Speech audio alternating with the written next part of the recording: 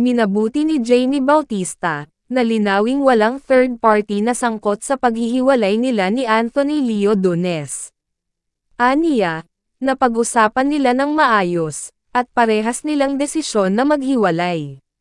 Gusto ko lang din ay clarify, yung sa mga gumagawa po ng fake news, there's no third party involved. Maayos po naming napag-usapan ito, at parehas po naming napagdesisyonan ito. Sa post na binahagi ni Jamie, pinasalamatan niya si Anthony sa lahat ng memories na kanilang pinagsamahan. Thank you sa lahat ng memories. Nagbilin din ito, na sana daw ay mag-ingat palagi si Anthony. Gusto ko lang din sabihin na mag-ingat ka palagi, huwag mo pababayaan yung sarili mo. Sina Anthony Leo Dunes at Jamie Bautista, ay kabilang sa mga content creator, na mayroong maraming followers at subscribers sa social media.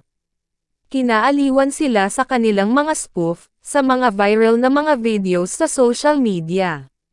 Si Anthony ay isa sa malalapit na kaibigan ng vlogger na si Tony Fowler.